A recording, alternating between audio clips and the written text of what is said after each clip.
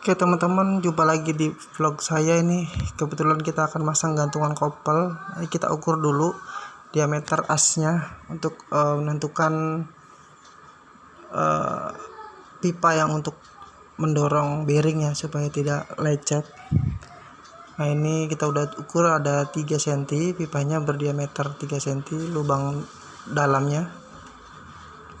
Nah ini masuk ya, jadi nanti kita mudah dalam menggetok, jadi kita akan tidak merusak. Nah ini yang sudah rusak terlihat ya, sudah lepas dengan rumah dari bearingnya. Efeknya mobil jadi getar ya teman-teman.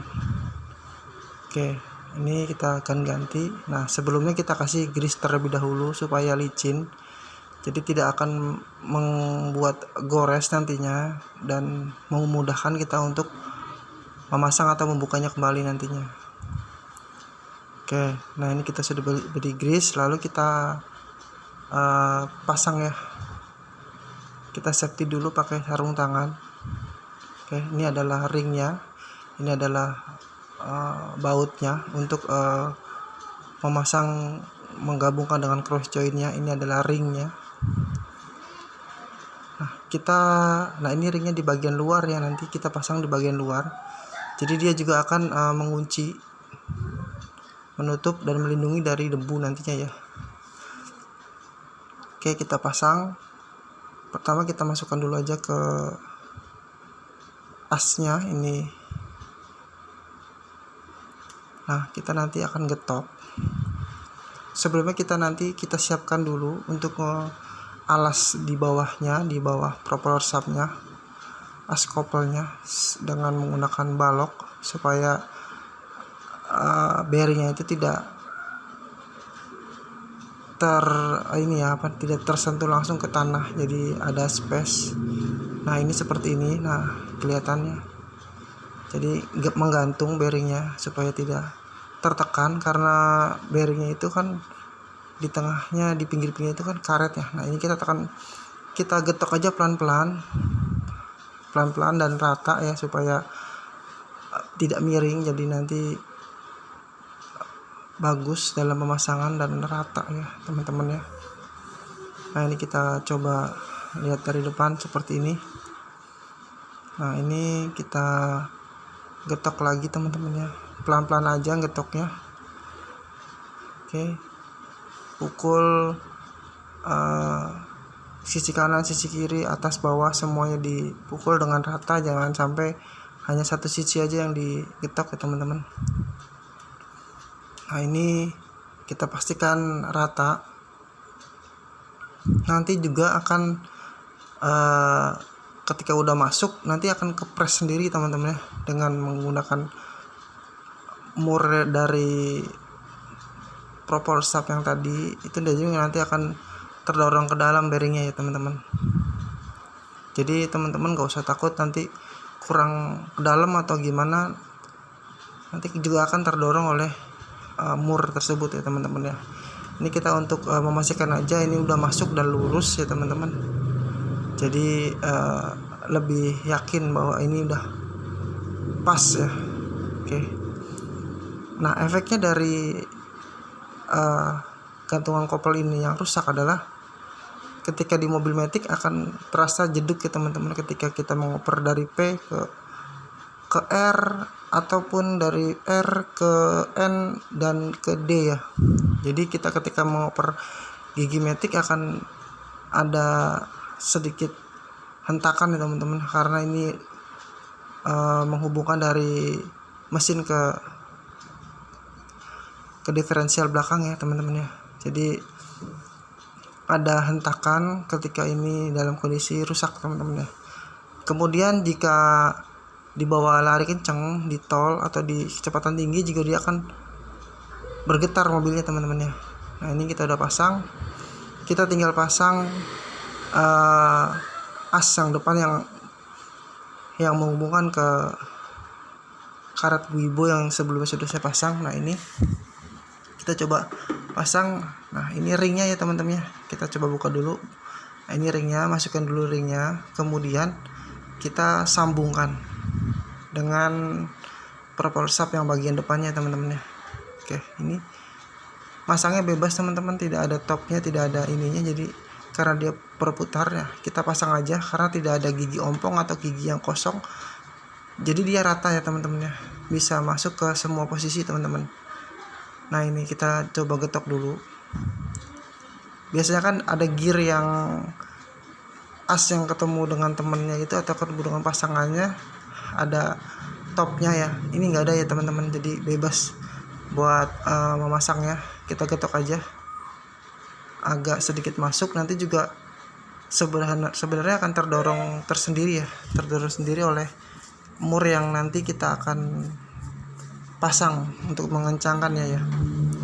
Nah ini mur dan ringnya ini agak sedikit kesulitan sih sebenarnya karena posisinya yang sangat sempit, jadi ketika membukanya itu ada sedikit kesulitan.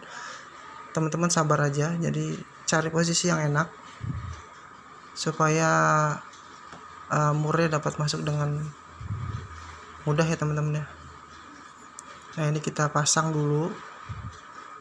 Emang sedikit agak repot sih karena mungkin yang udah terbiasa akan cepat ya teman-teman, tapi buat yang pemula seperti saya ya seperti ini jadinya.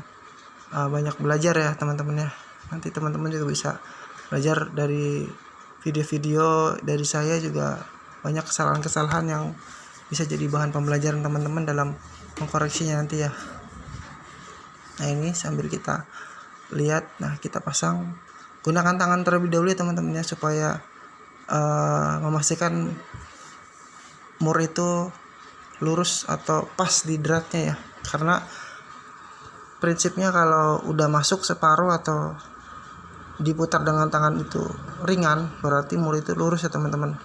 Jadi ketika teman-teman memasang baut atau mur ya dipastikan pakai tangan dulu ya teman-teman, supaya tidak terjadi slack atau miring ya dalam pemasangan. Karena tangan itu ada perasaannya teman-teman. Jadi ini udah masuk atau belum akan terasa. Beda dengan menggunakan kunci ya. Jadi kunci itu akan memaksa ya, walaupun posisi miring akan memaksa untuk memasukkannya, akhirnya terjadi slack teman-teman ya. Kita pelan-pelan dulu aja, cari posisi yang enak, cari murnya supaya sedikit masuk ke dratnya. Nah ini agak sedikit kesulitan teman-teman ya, nggak apa-apa ya, sambil kita belajar bareng-bareng. Oke, nah jadi begitu ya teman-teman. Ketika mobil Anda itu merasa jedak-jeduk, ini adalah salah satu penyebabnya teman-teman. Biasanya pada posisi parkir akan terasa sekali teman-temannya, ketika Anda mengharuskan untuk posisi R dan ke posisi D, posisi R lagi, posisi D, maju mundur itu akan terasa sekali ya jedak-jeduknya ya teman-teman ya. Selain dari oli matic yang kurang, ini juga menjadi salah satu faktor mobil itu akan terasa jedak-jeduk ya teman-teman, karena goyang, karena putaran kopel ke gardannya itu akan mengalami hentakan ya teman-teman, karena tidak presisi atau tidak lurus atau tidak kencang ya, tidak kuat. Jadi putaran dari mesin ke diferensial atau ke gardan itu nanti akan goyang, jadi akan efeknya jeduk ya teman-teman. Nah ini kita coba pasang, nanti teman-teman gunakan kunci kombinasi ya teman-teman, kunci kombinasi 18 ring pas.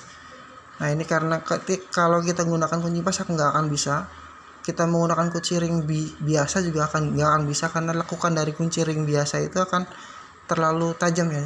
Beda dengan kunci kombinasi yang lekukannya itu kecil ya, jadi bisa masuk ke dalam cross jointnya untuk mengencangkan bautnya.